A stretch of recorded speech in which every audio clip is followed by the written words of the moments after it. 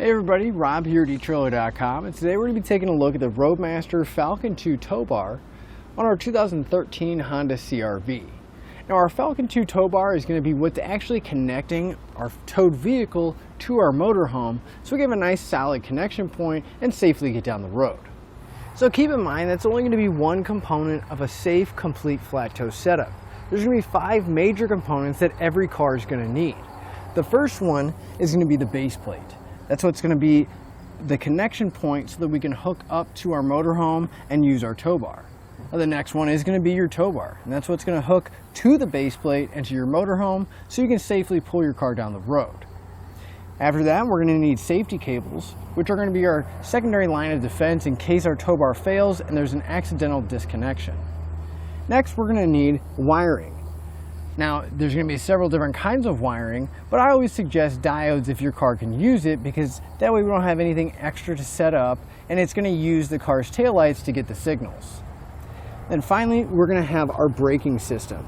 Now, a braking system is going to be required in almost every state, and for good reason. We're putting a lot of weight behind our motorhome, and we're asking it a lot when we slow down, because not only does it need to slow itself down, but now we added a couple thousand pounds behind it. So a braking system is going to allow our CRV to slow itself down, so we're not putting so much strain and stress on our motorhome. Now specifically for our CRV, I do recommend the Roadmaster Fuse Bypass, because if you look in your owner's manual, you are going to be required to pull a fuse, and it's just a lot easier to hit a switch rather than having to pull the fuse, crawl under the dash, put it in the cup holder, remember to put it back. It's just a lot easier, flip a switch, and you can be on your way. One last component that I do recommend is going to be the Roadmaster Brake Light Relay. Now what that's going to do is that's going to prevent our CRV from overriding the turn signals that were coming from our motorhome. If we're going down the road, we're going down the highway, want to change lanes, but at the same time we may need to slow down a little bit. If we hit our brakes on our motorhome and have a supplemental braking system on our CRV, that brake signal is going to cut our blinker out and it'll go solid in the back, which means it's going to be really unsafe driving around. But that brake light relay will allow us to not have that happen, but when we're driving normally, our brake lights will work just fine. What I really like about this tow bar is the fact that it's going to be a motorhome mounted tow bar, which means that our stinger, or the shaft, is going to go directly into the receiver tube, or in our case, the high-low adapter on our motorhome. We're not going to have a ball mount or any kind of coupler device to hook up. Now, our Falcon Tow Bar is going to be compatible with all Roadmaster vehicle-specific base plates.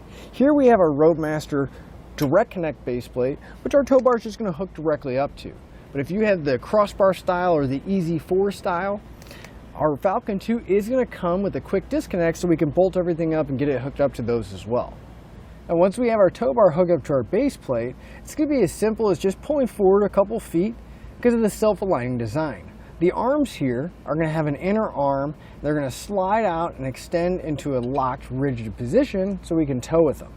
And the arms in our tow bar are going to be extra long, which is going to be nice for a few different reasons. It makes up our hookup radius a lot easier because we'll have a larger area and we don't have to be directly behind of our motorhome to get these hooked in place. But also when we're towing, it's going to make it nice because that long arm is going to allow our car to track behind our motorhome a little bit easier. When our arms are going to be fully extended, they're going to be 53 inches long. But they're also going to retract down once we unhook, and that arm's going to go inside the tube here, and that's going to go down to 41 3/4 inches. Now, you may be wondering what this button here is for. Now you can see that it's in the down position, there's no pressure on it or anything. And whenever our arms do extend and they get in that locked position, this button's going to pop up and it'll be locked in place. Now whenever we want to unhook, we need to press down on that to take the tension off the arm so we can get the pin out and unhook. Now one thing I do want to mention, if you haven't towed before, this is what's going to be called a binding tow bar. There is a non-binding design, and instead of having this button, it's going to have a lever.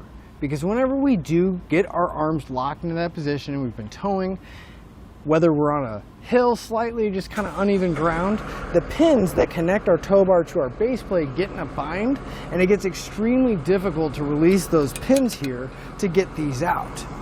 Well, if you are looking at the Falcon 2, I definitely recommend the release tool because it's going to make it a lot easier to get these buttons pressed and we won't have to be fighting them as much.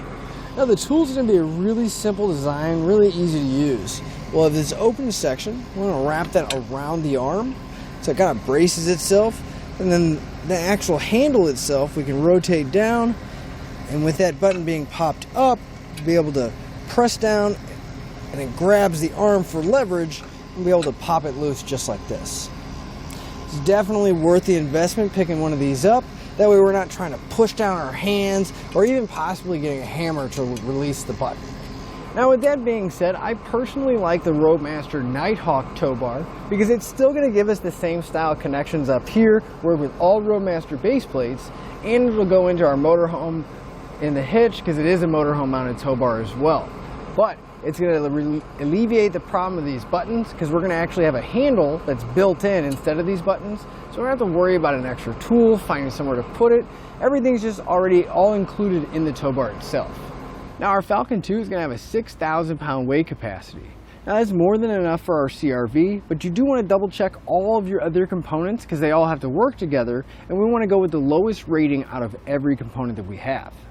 One of my favorite things about it is the fact that whenever we're not towing, say we get to the campgrounds, we park everything, and we want to go out to dinner. Well, we unhook our CRV and we go out to dinner. I don't really want to find a spot to put my tow bar because, let's face it, it's a little bit big, a little bit heavy. I don't want to take it out, put it in my motorhome, lock it up, and then potentially the next day have to re-put it in, hook everything back up. Well, Roadmaster knows that and they took that into account. So when we're not towing, we can actually store it on the back of our motorhome.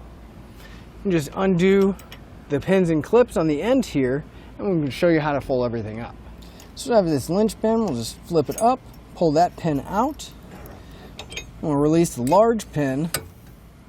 And I always like to replace them on my base plate. I don't have to worry about where they are. We'll do the same thing on the other arm.